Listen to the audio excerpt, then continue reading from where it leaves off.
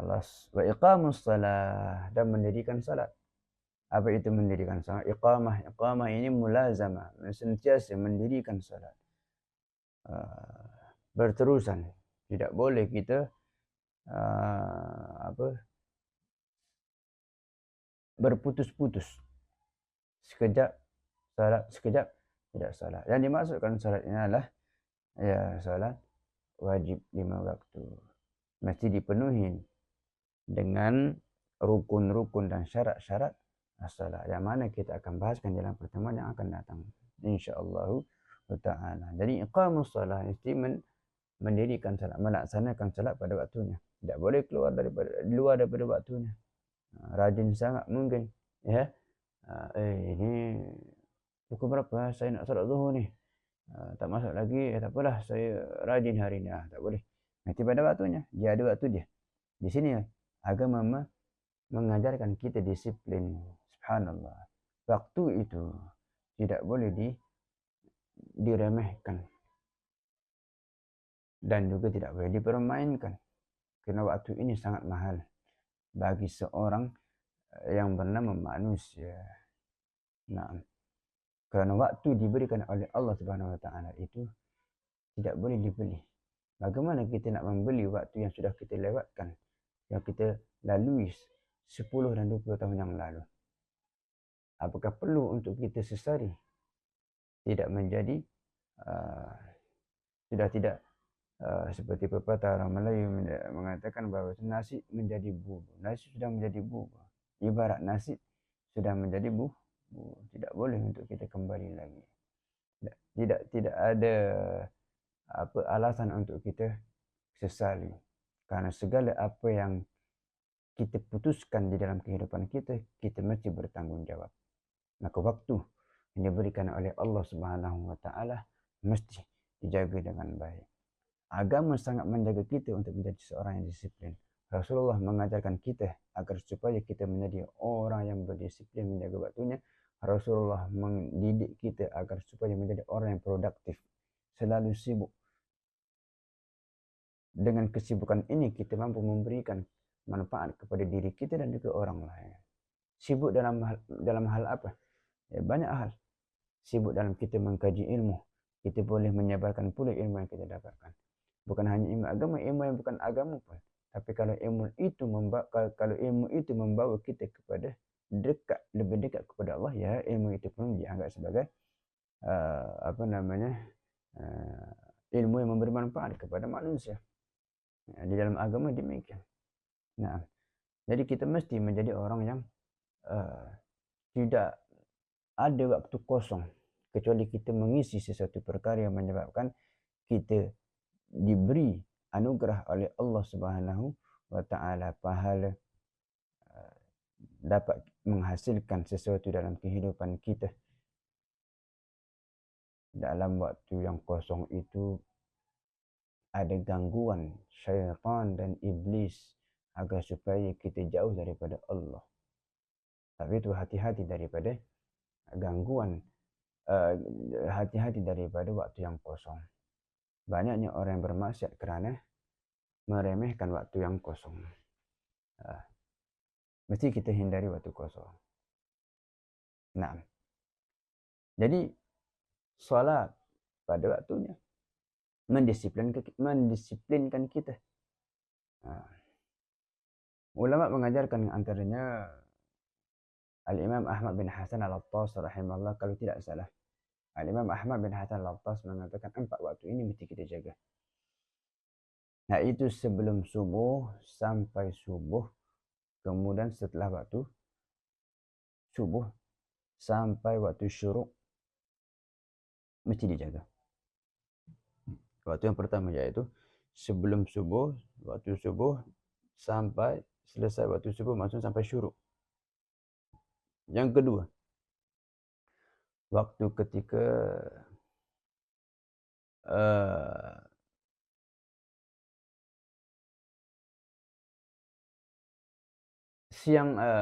petang setelah asar. Karena waktu-waktu ini banyak orang yang meninggalkan. Nah, Banyak orang yang tidak peduli, tidak memerhatikan waktu ini, tidak memberi perhatian. Setelah waktu asar masuk kepada waktu maghrib. Itu yang kedua. Yang ketiga, waktu antara maghrib dan juga Isya. Yang keempat, waktu pada sepertiga malam atau 2/3 malam. Jadi 4 waktu ini, jika kita seorang manusia mampu menjaganya dengan kita mengisi perkara-perkara yang baik, seperti membaca buku, apapun buku itu, ya, mengulang kaji pelajaran, membaca Al-Quran, tahajud, zikir, membincangkan satu perkara dengan keluarga, dengan istri, dengan anak-anak, dengan kawan, dipastikan kehidupan kita diberkati oleh Allah Subhanahu wa taala. 4 waktu ini. 4 waktu ini mesti dijaga. As-salah, apa itu as-salah? Salat ini adalah muftatahatun bitakbir wa mukhtatamatun bitaslim. Disebut salat dalam agama kita itu hal yang dibuka dengan takbir, Allahu Akbar, dan ditutup pula dengan salam, Assalamualaikum warahmatullahi. Nah, dibuka dengan takbir, zikir, ditutup pula dengan salam pun zikir. Kerana salam salah satu daripada nama-nama Allah Subhanahu wa taala, Asmaul Husna.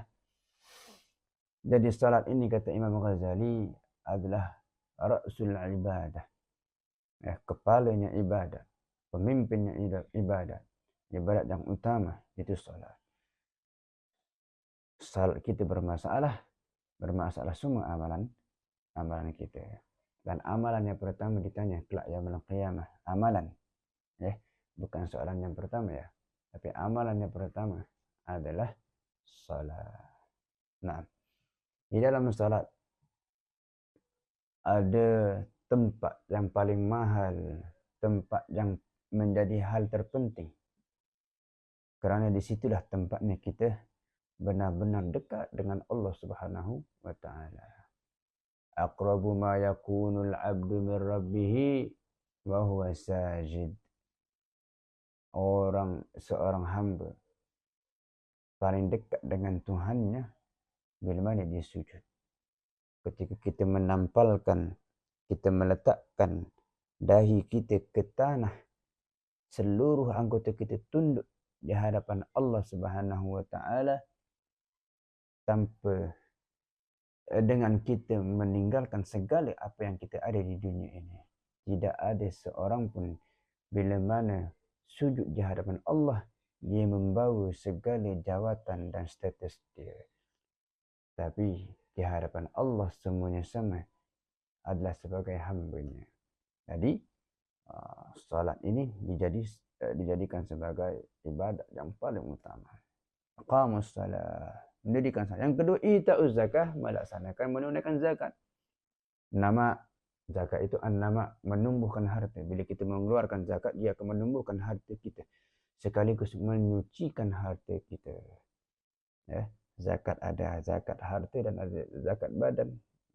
Bukan zakat uang, zakat duit. Itu zakat harta. Kalau zakat badan, ya zakat fitrah. Kenapa? Ya, kerana zakat kita ini, harta kita ada yang bercampur dengan perkara-perkara yang makruh, perkara-perkara yang haram. Maka syariat memberi perhatian kepada kita. Syariat menjaga kita agar supaya kita dapat menyucikan hati kita setiap tahun dengan kita mengeluarkan zakat. Dengan kita mengeluarkan zakat, sembari itu dapat menumbuhkan hati kita.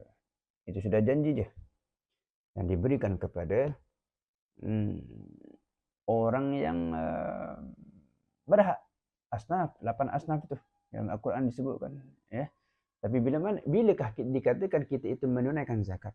Ketika mana kita sudah memberikan kepada jelas kita memberikan kepada orang yang orang yang berhak menerima zakat. Selesai tunai kita bayar, disitulah kita dianggap sebagai sudah menunaikan zakat. Tapi kita di Malaysia ada badan-badan tertentu. Ya, mudah-mudahan itu sudah cukup untuk kita dianggap menunaikan zakat. Wa shaum Ramadan, saum puasa. Puasa daripada apa? Puasa di sini adalah menahan diri di siang hari. Ya. Menahan diri dari mulai terbitnya fajar sampai tenggelamnya matahari, min tulu'il fajri ila ghurubisy syams. Itulah waktu kita menahan. Menahan di sini dengan makna wajib menahan dari segala apa? Bukan menahan daripada menahan sabar daripada kejahatan orang, bukan itu. Saya puasa daripada tidak melakukan perkara-perkara yang tidak baik, bukan. Maksudnya bukan puasa daripada tidak main game. Saya puasa daripada main game, bukan itu maknanya. Puasa di sini bermakna berpuasa daripada perkara-perkara yang boleh membuka puasa, maksudnya boleh membatalkan puasa. Minal mufattirat, daripada perkara yang boleh membuka puasa kita, atau makna lain membatalkan puasa kita, menahan daripada perkara yang boleh membatalkan puasa kita. Dalam apa itu, ketika mana kita melakukan perkara maksiat, ketika mana kita berpuasa, ya puasa kita tidak batal. Puasa kita itu seperti contoh kalau di dalam itu apa namanya, dalam hadis mengatakan ghibah, ya kan, berbicara tentang orang lain ataupun adu domba, menipu. Ini dosa. Tapi apakah dia membatalkan puasa? Dia membatalkan pahala. Namun puasa tetap wajib untuk ditahan. Nanti pembahasan dia akan kita sampai bersama-sama insya-Allah dalam pertemuan kelas-kelas akan datang. Ramadan, apa itu Ramadan? Ramadan ini pada dulu waktu orang Arab dulu nak mencari, ini kita bulan ni kita nak bagi nama apa? Pening mereka nak cari nama. Akhirnya dilihat tepat setiap kali bulan Ramadan itu cuacanya sangat panas. Dan orang Arab menyebutnya sebagai Ramba, panasnya yang sangat panas.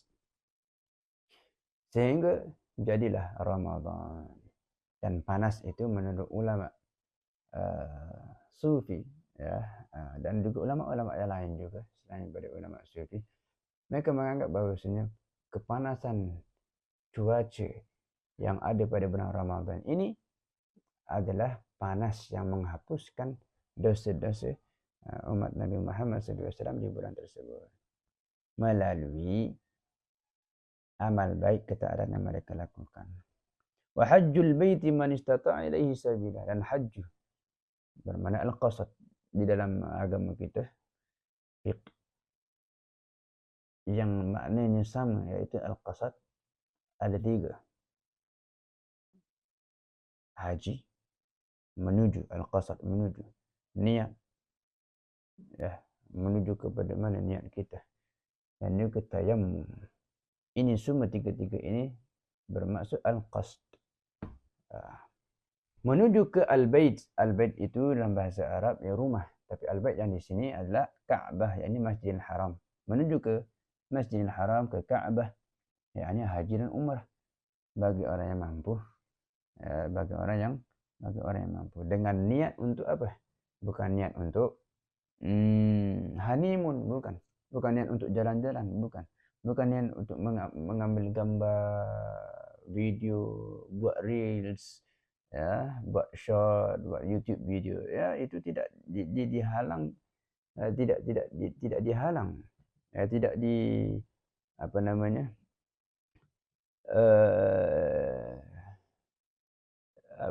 tidak, ya, maksudnya itu dibenarkan, tidak menjadi masalah, ya, diharuskan saja, tidak dihalang, tidak diharamkan, cuma niatnya, ya, dengan niat nusuk, niat ibadah, bukan pergi untuk membuat video, mencari views, bukan live, bukan itu niat utamanya. Niat utamanya adalah untuk ibadah. ya selesai pada ibadah, silakan. Tapi jangan sampai melebihi dominan daripada niat asal kita. Kerana kita orang yang bukan daripada orang Makkah, jarang sekali kita ke sana, maka kita mesti memaximize waktu dan peluang dan kesempatan yang diberikan oleh Allah Subhanahu wa taala betul-betul beribadat kepadanya. Kerana di sana amalan yang kita buat digandakan 100,000. Luar biasa. Nah, jadi ini semua rukun-rukun Islam merupakan di dalam agama kita sebagai perkara yang tidak boleh kita ingkari, ataupun kita sebut ma'lumun minad dini bid-darurah. Siapa yang mengingkari, siapa yang menidakkan, siapa menafikan 5 rukun Islam ini, maka dia boleh terjatuh ke dalam kekufuran. Kerana 5 hal ini sudah sepakat, sudah tidak boleh ini perkara yang tidak boleh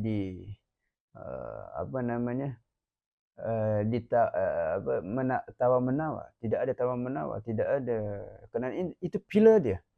Itu dia punya tiang dia. Perkara utama dalam agama kita. Jadi tidak boleh kalau mengingkari salah satu saja, sebahagian saja, sebahagian kecil saja, itu sudah cukup untuk menjatuhkan dia ke dalam kekufuran. Hati-hati. Ini bahaya. Dalam agama kita ada istilah sebut ma'lumun minad dini bid-darurah. Perkara yang sudah tidak boleh tidak boleh diingkari. Ya, tidak boleh diingkari, tidak boleh dinafikan. Mana ada salat tu? Bahaya tu. Tak wajib pun pergi sana, aku mampu je tapi tak wajib lah, tak bahaya. Itu bahaya. Boleh jatuh kepada kekufuran. Naam. Dan semua ini mestilah disertakan dengan ikhlas dan juga tasdiq, membenarkan. Ikhlas dengan hati. Apa yang dilaksanakan daripada ibadat-ibadat tersebut. Daripada perkara yang ikhlas itu jauh daripada riak. Perkara yang menyebabkan dia riak tidak boleh. Mesti ikhlas. Naam. Mesti ikhlas, tidak riak. Apa itu ikhlas dan apa itu riak? Di dalam Al-Adhkar An-Nawawi disebutkan, Al-Imam Ammar Aishi mengatakan sama. Perbuatan zahir dan batin dia sama. Itu ikhlas.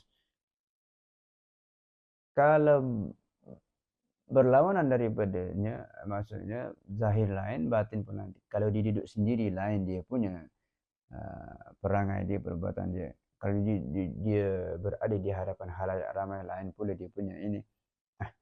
Menurut Al-Imam Ar-Rashi, ini bukan orang yang benar, maksudnya yang bukan ikhlas orangnya. Riya ini adalah datang daripada perkataan ra'a, melihat. Maksudnya dia ingin mendapatkan pandangan orang lain terhadap apa yang dilakukan daripada perkara ketaatan. Seperti solat. Guru kita selalu memberikan contoh dalam solat. Ketika mana solat, Allahu Akbar. Orang melihat aku. Dalam hati dia berharap orang melihat dia. Dan dia pun juga merasa, kalau orang Malaysia cakap, dia perasaan. Sujud, rukuk, Allahu Akbar, sami Allah, sampai dekat sujud, Allahu Akbar, tangannya buka lebar-lebar. Supaya apa? Ruang yang ada ini boleh untuk dia pastikan orang melihat dia. Bila dia tengok, tak ada orang pun. Itu hatinya. Riya. Ingin orang lain tengok dia. Ini bahaya. Jadi bukan itu ikhlas. Hilang itulah ikhlas.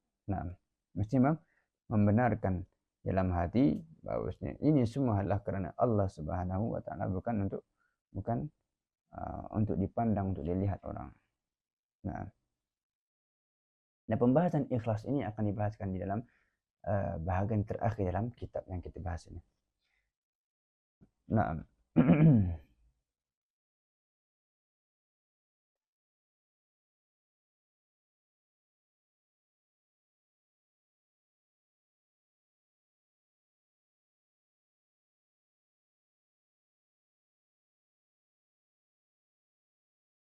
nah, tasdiq, apa itu tasdiq? Menerima di dalam hati dia. Apa yang diterima? Rukun-rukun Islam yang diturunkan kepada dia. Dengan hati yang terbuka, dengan kegembiraan, dengan merasa ringan, tidak berat. Itu namanya tasdiq dalam hati kita dengan rukun Islam ini. Dan kita ya sebagai orang yang melaksanakan rukun Islam ini, ya kita laksanakan dengan lillahi ta'ala. Hati kita kosong, hanya Allah Subhanahu wa ta'ala. Ringan hati kita, sejuk badan kita ketika mana melaksanakan ini. Ya, tidak berharap pujian ataupun pandangan daripada sesiapa pun.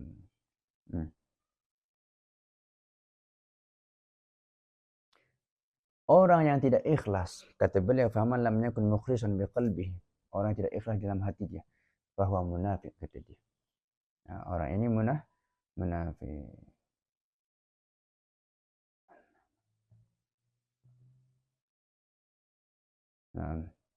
Yang dimaksudkan munafik itu apa? Nifak. Sifat nifak, sifat munafik ini macam mana? Kalau orangnya munafik, kalau sifat itu adalah sifatnya nifak. Apa itu nifak? Nifakul amal. Amalnya tidak benar pun. Maksudnya bukan dia nak buat sangat pun. Maksudnya begitu. Ya. Jadi orang ini tidak ikhlas. Nah, tidak ada i'tiqad yang nifak. Kalau ada, maka dia dianggap oleh syariat, dianggap oleh Islam sebagai kafir. Wal'iyadu billah. Itu yang dikata. Wal muradu bin nifaqi huna, yang dimaksudkan dengan sifat nifak ini, nifaqul amal. Macam saya kata tadi, dia bukan nak buat pun. Amal tu. La nifaqal i'tiqad. Tidak ada i'tiqad yang nifak. Yang mana i'tiqad nifak ini, keyakinan yang nifak ini, yu'tabaru sahibuhu kafiran, dianggap orang yang memiliki situasi macam ini sebagai kafir. Wal'iyadu billah, katanya. Naam. Sangat bahaya. Selain mukhlis, selain orang yang ikhlas, adalah orang yang riya. Al-mura'i itu orang yang riya. Kalau riya, ya ar-riya. Ar-riya, yaitu dia apa? Kata ulama, man qasada bi'amalihi, yang dia tujuan daripada amalan dia bukan kerana Allah Subhanahu wa ta'ala. Berbeza dengan orang yang melakukan suatu amalan tujuannya hanya Allah. Berbeza. Dan si pemilik situasi seperti ini, sifat seperti ini, dia pasti mengetahuinya. Ya, dia pasti mengetahuinya. Dan pembahasan tentang riya ini akan kita bahas dalam buku yang kita bahas ini, di dalam pembahasan yang terakhir. Nah, dan apabila orang itu faman lam yakun musaddiqan biqalbihi, dia kata wa man lam yakun musaddiqan biqalbihi fa huwa kafir. Orang yang tidak membenarkan dalam hati ini rukun Islam tadi, tidak membenarkan.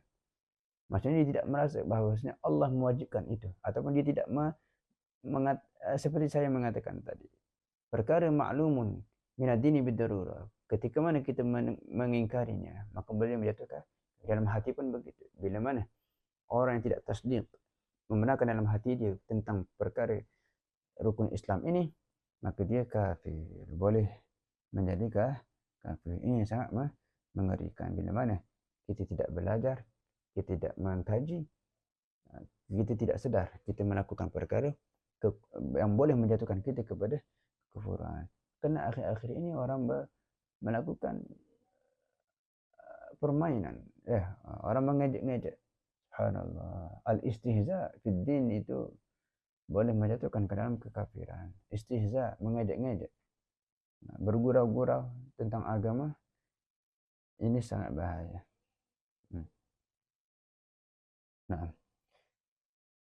jadi orang yang menampakkan dia punya pembenaran dia tentang rukun Islam, oh ini ya rukun Islam ini adalah wajib, ini rukun Islam kita, dan juga dia menampakkan iman dia, maksudnya dia beriman dengan dia menunjukkan syahadat dia, orang tahu dia adalah Islam, tapi dia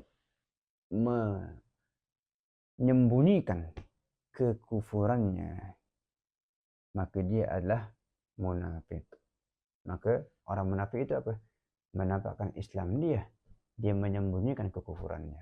Ini adalah munafik. Maka insya Allah di dalam kelas-kelas nanti akan datang, saya kira di sini cukup. Kita akan membahaskan dalam kelas akan datang tentang rukun iman. Wallahu a'lam bishawab. Assalamualaikum warahmatullahi wabarakatuh.